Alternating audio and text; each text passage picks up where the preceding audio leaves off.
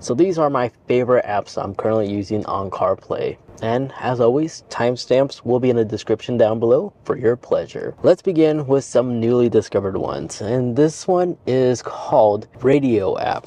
The app itself is free to download, and the way this app works in particular is if you launch the radio app on your mobile device first, here we go, you have like a classic iconic radio tuner, right? You can slide between every radio station that's available in your region, and on the top right here, let me mute this real quick before I get copyrighted. It does go by region, but you could disable that and go through like literally globally. Search for your favorite radio stations. So it doesn't matter where you're at, you always have the ability to stream your radio station on the go on CarPlay. But if you slide down, you can see you can search up radio station names right here if you can dial it down to your region. And then once you select a station, you could then hit the star on top to bookmark it. And then once you do that, you could just launch the actual radio app on CarPlay, and you'll be able to see your favorite bookmarks right here. And then just select on it, and you have your favorite radio station you can stream on CarPlay as you're driving. Just notice how it takes a while for it to actually update. And if you know some radio stations by name, they're currently working on it, like K-Win for example. Shout out to the 209. You could bookmark it and then be notified once that station becomes available. So this is a great radio station app, as it streams everything to your mobile device, and you don't have to be within range or anything like that. And it's technically like almost like satellite radio quality as well. So that's this radio app in a nutshell. Now the next one is to my podcast listeners. Now there's two I like to recommend, as these are the two that I'm currently using and been testing out. The first one is Pocket Cast. Pocket Cast is a free to download app, and like other CarPlay podcast listening apps, the only major difference is its UI. As a previous app I used to use a lot was Caster, and now I switched to Pocket Cast, all due to the fact I prefer this UI than the other one, as it does support offload podcast episodes, and everything is just nicely organized right here to all the podcasts you like listening to. But my favorite thing about this app is when you launch it on your mobile device and you select your profile, it will actually keep track on how long you've been listening to podcasts using their app. And it has access to every popular like podcast app, and you just hit plus to add it to your list. And then you could also filter or discover new ones, as well as what's trending and such. And once you find one that you like, you have full ability to offload it all right here, and it'll be all synchronized to CarPlay. Now the next app for podcast listening that I discovered recently and started using is called Downcast. Now this does have a one-time purchase of $3 unfortunately, but the reason why I've been experimenting with this one is because its UI is more simple, which I kind of like. Less is more, you know, as I could just tap on podcast, shows me all my podcasts I like listening to that I bookmarked. I could just tap on it, shows me the stats, and that's basically it. All the common UI controls are right there. You could increase the speed, go back 30 seconds or go forward, or skip to the next track. And yes, it does support offloads too, which you have to do on the app. And another thing I find myself enjoying about this app is there's no like premium pop-ups saying to subscribe to something. It's just a one-time purchase and that's it, which is what I personally like. But let's say there's a YouTube video you like to listen to while you're driving. That's where Brave comes in. This app is 100% free to download. And what I like about this app is I can offload YouTube videos and listen to it as I'm driving. So I can literally tap on it, and then it just begins playing the YouTube video. You can offload it too if you want to permanently download it. This video is brought to you by Granger Motors, where you can save up. There we go. But there we go. I'm listening to a YouTube video. Yeah, unfortunately, you're unable to visually view it. CarPlay doesn't allow us to visually view the content while you're driving for obvious reasons. But this is the next best thing. So if I pause this real quick and show you guys how it's done, simply just launch the Brave app right here. Go on YouTube. And this hour and a half or hour and 50 minutes long video, I could literally pause it, and then on the very bottom where it says the URL to that video, there's a music note with a plus. Tap on here, and now it's saved to our playlist. So if I go back and refresh this, there we go, it just got added and it's offloading it already as we speak. Apparently I don't have really good reception to download this because I'm on LTE, even though it's a full par. But nonetheless, this is a great app to listen to your favorite videos as you're driving. Now when it comes to weather forecast apps, There's two I primarily like going to. The first one is Radar, MyRadar right here. I like this app because if I'm doing a long road trip, I could just zoom in.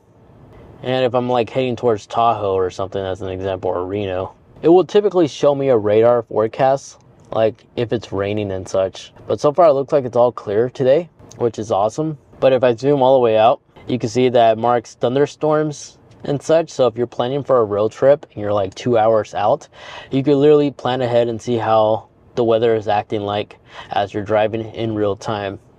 You may also hit the setting icon on the top corner over here and switch between different layers.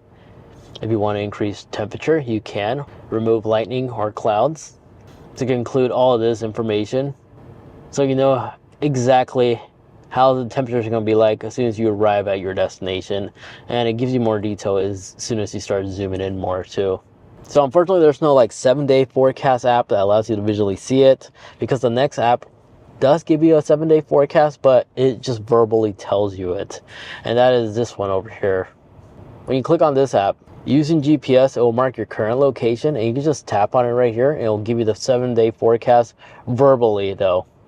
So that's the only con of this app. It's no different than asking Siri, how's the weather looking like, or how's the 7-day forecast looking like.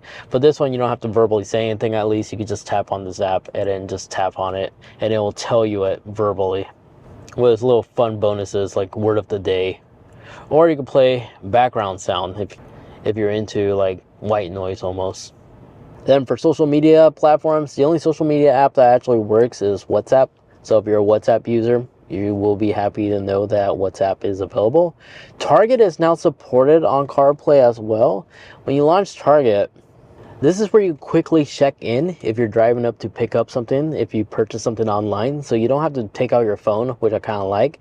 Or you can locate a store from here as well. So it's pretty interesting how Target now has an app. But if you ever use the Target pickup service, it's pretty cool. It actually does come in handy. Now for offload maps, Gaia. You guys have to check out Gaia. Now what separates this one from Apple or Google offload maps ability is you can select a large chunk of the map to be saved under one profile. Of course, it's not going to give you like directions or anything like that, but I'm sure if you have no reception or you're just in the woods and you don't know where you're going to end up, Gaia, this is the app you want to check out, because this will always constantly give you offload map function. So to demonstrate what I mean by that, if I launch the app right here on my phone, you see this giant triangle? That is how much I was able to offload. Literally slightly more than half, actually a little bit more than half of all California, I have successfully offloaded right here. So if I tap the save icon, here you could actually see like how much I was able to save. 1,500 miles of offload save data right here, and you can continue adding as many more as you want. So I like having this app saved on my phone as an emergency backup. And then another surprising app finally became available is the Chick-fil-A app, as now you can literally locate nearby restaurants, see their business hour, and literally make a drive-through order or carry out. And you can just go off of here and place the order. But of course, very similar to Starbucks, you have to reload your gift cards or have a credit card on file. So it's pretty interesting. But another interesting app that I would definitely want to highlight is Rocket Homes right here, as you can literally peruse a bunch of different homes that are nearby your location and bookmark them, the ones you want. And the benefit of bookmarking them is if you select one that's currently listed, you can literally ask direction or do an audio tour. So as you arrive to your destination, you can do the audio tour and find out more about that house.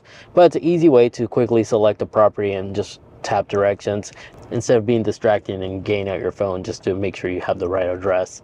So it's pretty cool, and you can share this with like your significant other or somebody else that you like to house shop with. Now when it comes to maps, real quick, I personally use Apple Maps as well as Google Maps. I like having those two ready on standby whenever one is acting weird, because there has been time when Google Maps let me down, but then there's also times where Apple Maps let me down. So in my experience, the best result is just to have both as a standby in case one fails over the other, or you can run them both at the same time to make them fight each other. But one that I nearly forgot to mention is the Chevron app. I like using the Chevron apps, not only because it gives me like points and stuff or discounts. If I spend an X amount, I can get like $1 off a gallon. when I'm fueling up. But as you pull up at a gas station, you just open up the Chevron app. You can just tap fuel up, and then as you drive and pull up next to the gas station using GPS, you can enter the pump number and you can begin fueling up by using CarPlay, and then just get out and just start fueling up. I've used it a number of times in the past and it always works flawlessly.